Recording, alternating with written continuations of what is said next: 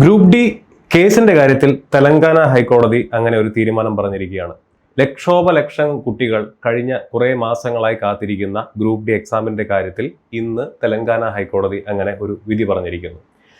Group D എക്സാമിന്റെ മുകളിൽ അല്ലെങ്കിൽ അതിന്റെ റിസൾട്ട് പബ്ലിഷ് ചെയ്യുന്നതിന്റെ മുകളിൽ ഉണ്ടായിരുന്ന സ്റ്റേ ഭാഗികമായി എടുത്തു കളയാനായിട്ട് തെലങ്കാന ഹൈക്കോടതി തീരുമാനിച്ചിരിക്കുകയാണ്. എന്തുകൊണ്ടാണ് ഞാൻ ഭാഗികമായിട്ട് എന്ന് പറഞ്ഞത്?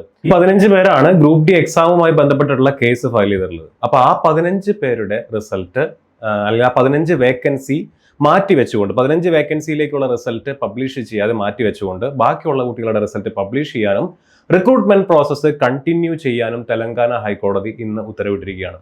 പിന്നെ സന്തോഷമുള്ള വർത്തമാനം എന്താണ്? ഉടനെ തന്നെ ബാക്കി എല്ലാ കുട്ടികളുടെയും റിസൾട്ട് നമുക്ക് പ്രതീക്ഷിക്കാം. റിസൾട്ട് വന്ന് അധികം താമസിയാതെ തന്നെ ഫിസിക്കൽ എഫിഷ്യൻസി ടെസ്റ്റ് നമുക്കൊരു മാക്സിമം ഒരു 2 ആഴ്ചയോ 3 ആഴ്ചയൊക്കെയാണ് ഫിസിക്കൽ എഫിഷ്യൻസി ടെസ്റ്റിന് കിട്ടുള്ളൂ.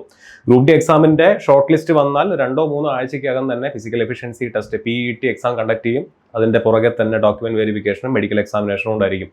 ഇപ്പോൾ CCA കുട്ടികളുടെ കാര്യത്തിലാണെന്നുണ്ടെങ്കിൽ അവർക്ക് ഈ PET ഇല്ലാത്തത് കൊണ്ട് തന്നെ final result document verification and medical എക്സാമിനേഷന്റെ സ്റ്റേജ് വരെ എന്ത് ചെയ്യും? ഈ കേസ്, ഈ 15 കുട്ടികളുടെ കേസ് പാരലലി നടന്നുകൊണ്ടിരിക്കും. പക്ഷെ അത് റിക്രൂട്ട്മെന്റ് പ്രോസസ്സിനെയും ബാക്കി കുട്ടികളുടെ റിസൾട്ടിന്റെ കാര്യത്തിലെയും ബാധിക്കരുത് എന്നാണ് തെലങ്കാന ഹൈക്കോടതി ഇന്ന് വിധി പറഞ്ഞിരിക്കുന്നത്. അപ്പൊ എല്ലാവർക്കും സന്തോഷമുള്ള വർത്തമാനമാണ്.